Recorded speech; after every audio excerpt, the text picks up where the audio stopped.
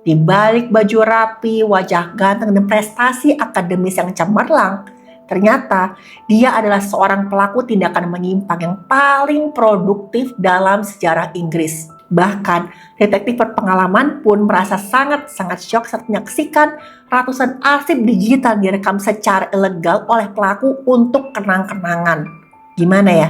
Sains dan teknologi forensik akhirnya berhasil meruntuhkan topeng kesempurnaan sosok ini. Tonton videonya sampai selesai.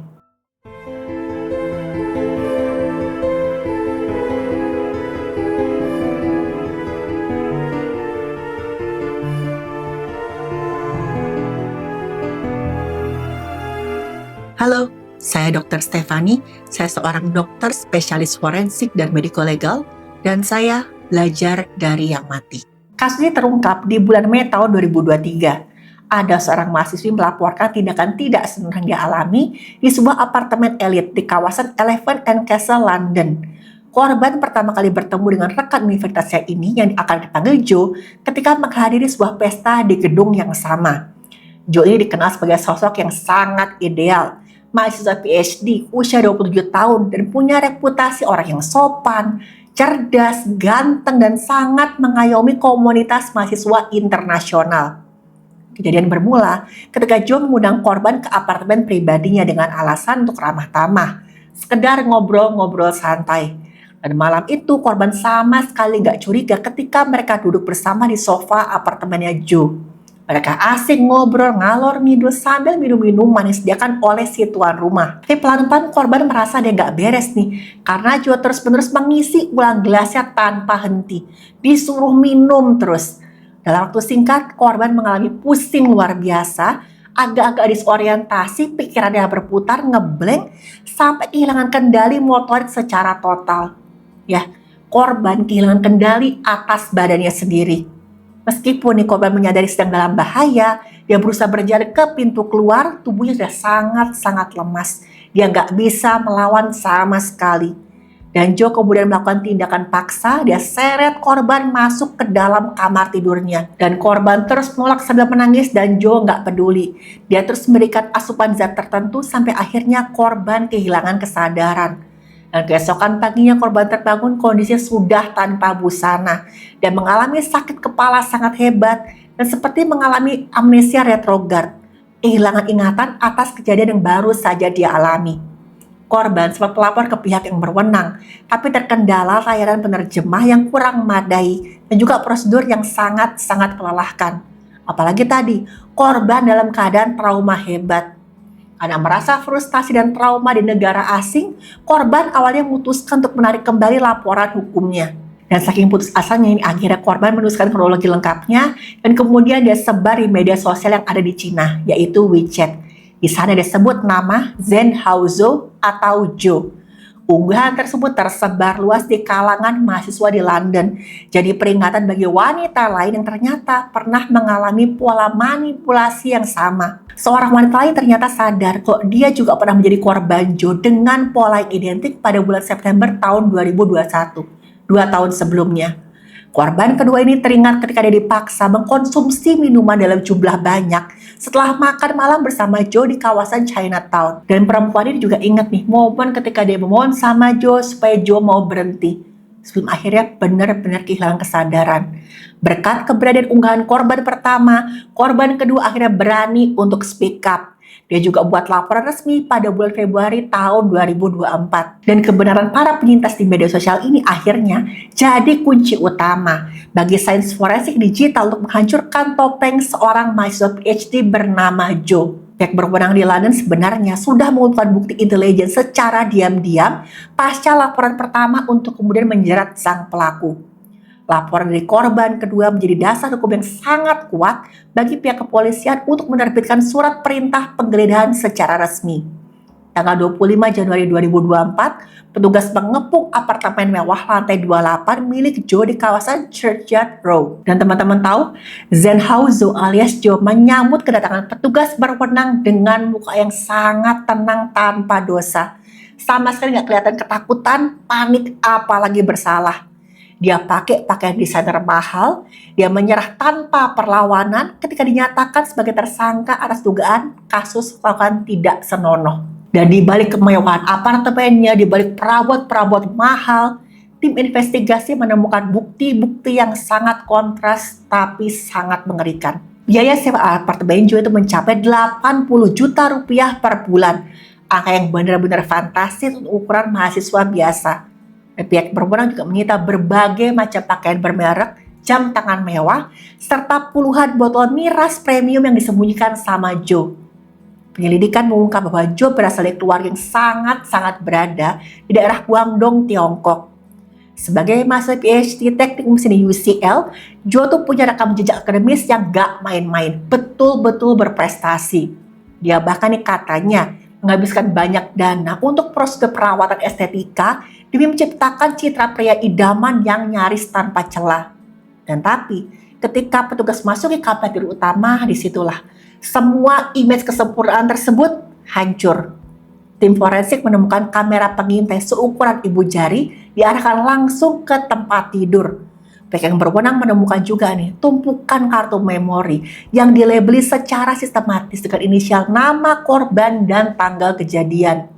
Di dalam lemari tersembunyi ada sebuah kotak isinya barang-barang milik wanita yang juga bukan miliknya pelaku. Dan kotak tersebut isinya ada gaun, anting-anting, ikat rambut milik para korbannya Joe.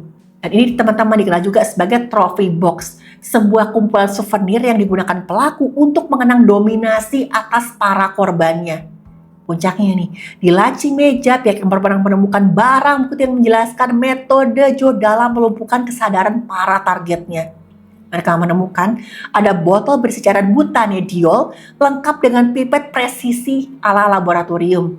Butanediol ini adalah zat pelarut industri yang sebenarnya sah digunakan dalam produksi plastik dan juga pelumas mesin-mesin berat. Cairan ini nggak berwarna dan nggak ada rasanya, sehingga sangat mudah disamarkan di dalam minuman tertentu. Bahaya muncul nih, kalau zat ini masuk ke dalam sistem pencernaan dan dimetabolisme oleh organ hati manusia. Dalam hati, senyawa ini diproses oleh enzim alkohol dehidrogenase. Dan hasil akhirnya adalah zat yang namanya gamma hidroksibutyrate atau GHB. Dalam dunia kriminal, GHB punya reputasi buruk sebagai zat yang digunakan untuk melumpuhkan korban. Secara farmakologis, GHB adalah penekan sistem saraf pusat yang bekerja pada reseptor GABA B di otak. Efeknya ada perlambatan gelombang otak, menyebabkan relaksasi otot secara ekstrim.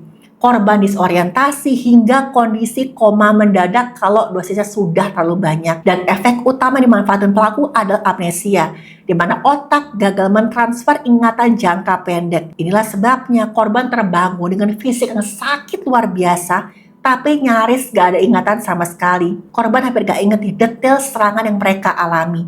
Dan Joe memperlakukan penggunaan zat ini layaknya sebuah eksperimen ilmiah yang sangat terukur dan bukan tindakan spontan. Ya, semuanya sudah direncanakan dengan sangat-sangat detail. Ditemukan juga dokumen teknis tentang cara menghitung dosis akurat berdasarkan berat badan masing-masing korban. Sampai sedetail itu. Bukti toksikologi ini mengkonfirmasi memang ada manipulasi kimiawi murni yang dikalkulasi secara tepat oleh si pelaku. Dan ternyata teman-teman, bukti-bukti itu hanyalah puncak gunung es. Karena petugas forensik berhasil mengekstraksi data sebesar 6,5 terabyte. Ya, angka yang benar-benar gak main-main untuk satu tersangka loh. Penyidik juga harus meninjau lebih dari 9 juta pesan singkat di aplikasi WeChat milik tersangka. Dan ada ditemukan totalnya 1.277 video yang mendokumentasikan tindakan tidak senonoh. Dan semuanya tersimpan dengan sangat rapi. Joe melabeli setiap folder berdasarkan tanggal, nama samaran, sampai lokasi kejadian secara mendetail. Dari video-video tersebut memperlihatkan pelaku merekam dirinya ketika mengeksploitasi korban yang gak berdaya akibat zat kimia. Bahkan, beberapa rekaman audio menangkap teriakan korban yang ketakutan ketika berada dalam kondisi setengah sadar sebelum obatnya bereaksi penuh. Ada juga suaranya Joe. Dia ngomong seperti ini. Percuma kamu minta tolong, tempat ini kedap suara. Gak ada yang bisa dengar teriakan kamu. Proses pemeriksaan video ini sangat berat bagi para penyidik yang berwenang. sehingga mereka harus bekerja secara bergantian demi menjaga kondisi psikologis mereka. Tim forensik berhasil mengidentifikasi pola lokasi kejadian melalui detail visual dalam rekaman-rekaman tersebut. Ternyata teman-teman, selain di apartemen mewahnya, beberapa video menunjukkan latar belakang tempat tinggal yang pernah dia tempati sebelumnya. Dan penyidik juga bisa mengidentifikasi lokasi lama, yaitu di Russell Square. Dan ada juga nih tempat yang menunjukkan kemasan produk yang bertuliskan huruf Mandarin, mengindikasikan kalau Joe juga melakukan tindakan serupa ketika masih tinggal di Tiongkok. Investigasi lintas negara menetapkan kalau Joe melakukan tindakan yang ada 7 tindakan asusila di negara asalnya. Secara keseluruhan, data merangkum kejahatan terhadap 10 wanita, tapi tragisnya cuma 2 orang yang berhasil diidentifikasi secara resmi. Analisis jutaan pesan WeChat mengungkap kalau Joe adalah predator yang sangat terencana dan penuh perhitungan. Dan secara khusus nih, Joe menargetkan mahasiswa internasional yang baru tiba di London. Kenapa? Karena mereka semua dalam kondisi rentan. Rasa kesepian, hambatan budaya, jarak jauh dari keluarga membuat para mahasiswa ini jadi target yang sangat empuk buat Joe. Dan Joe juga menyusup ke grup percakapan mahasiswa. Dia pura-pura jadi sosok senior yang ramah dan mengayomi. Di aplikasi kencan dia bangun persona yang sangat sempurna sebagai seorang pria berpendidikan tinggi, mapan, dan sukses beradaptasi di lingkungan barat. Dia jebak korbannya ke apartemen dengan dalih belajar bersama atau makan malam persahabatan. Dan begitu korban tiba, Joe ngasih minuman manis yang diam-diam dicampur dengan zat berbahaya tadi. Kok bisa dia segitu beraninya? Ternyata Joe yakin korban ini nggak akan melawan apalagi sampai melapor. Karena korban pasti merasa sangat takut, menyalahkan diri sendiri dan khawatir dicap buruk oleh lingkungan. Bahkan waktu ditangkap, Joe mencoba mengulur waktu dengan pura-pura membutuhkan penerjemah.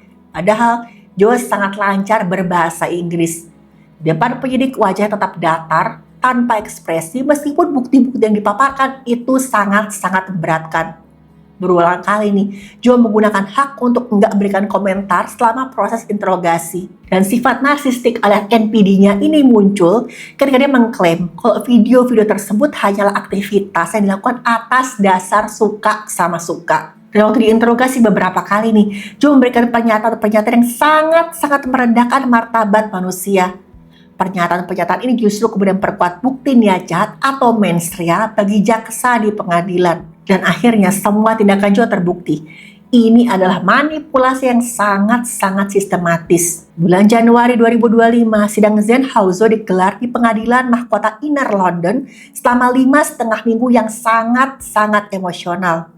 Karena di situ, jaksa memaparkan ribuan video, rekaman, barang bukti koleksi, sampai zat kimia butanediol sebagai bukti yang gak terbantahkan. Dan bayangin aja dewan juri harus menyaksikan cuplikan video kekerasan dilakukan oleh Joe. Sampai mereka perlu sesi konseling untuk memulihkan kesehatan mentalnya mereka. Tapi Joe sepanjang persidangan duduk dengan jas rapi, tanpa menunjukkan rasa bersalah apalagi empati ke korbannya. Beberapa korban berikan kesaksian yang sangat menyentuh mengenai dampak psikologis yang mereka alami pasca kejadian. Salah satu korban menggambarkan dirinya itu seperti hewan yang terperangkap dengan kondisi batin yang terdampak secara permanen. Korban bersaksi mengenai kekhawatiran medis mendalam yang harus mereka lalui setelah serangan tersebut. Setelah melakukan diskusi selama 19 jam, Dewan Juri mencapai kesepakatan di tanggal 5 Maret 2025. Joe dinyatakan bersalah atas 28 pelanggaran berat, termasuk tindakan tidak senonoh dan kepemilikan materi tidak senonoh yang ekstrim. Hakim menyatakan bahwa pelaku telah melakukan tindakan kekerasan yang terencana dan menyebabkan kehancuran jangka panjang bagi para korbannya. Dan Joe dijatuhi hukuman penjara seumur hidup dengan masa kurungan minimum selama 24 tahun. Tapi teman-teman, vonis ini hanya awal, karena investigasi global akan terus berkembang mengungkap lebih banyak lagi fakta. Pihak yang berwenang yakin nih, jumlah korban sebenarnya melampaui angka 50 orang di seluruh dunia. Dan dalam waktu singkat nih teman-teman, ada 24 orang wanita yang mulai melaporkan kejahatan dilakukan oleh Joe. Laporan-laporan ini datang dari berbagai negara, Inggris, Tiongkok, Kanada, Australia, sampai Singapura. Dan memang ya teman-teman, Joe ini manfaatkan status pelajar internasionalnya untuk mencari korban-korbannya. Penemuan korban-korban baru ini memastikan bahwa proses hukum terhadap sosok manipulatif ini masih terus berjalan. Teman-teman, lagi-lagi kita diingatkan untuk selalu waspada terhadap seseorang yang menggunakan status elit sebagai kedok. Latar belakang yang sama bukanlah jaminan keamanan. Dan sebenarnya sedih ya teman-teman, bahwa beberapa korban dalam video tuh mungkin nggak pernah menyadari kekerasan telah menimpa mereka. Tapi, seluruh investigasi besar ini bermula dari keberanian satu orang wanita yang menolak untuk diam. Dan terbukti kan, suara satu orang itu bisa meruntuhkan dominasi seorang penjahat yang licik.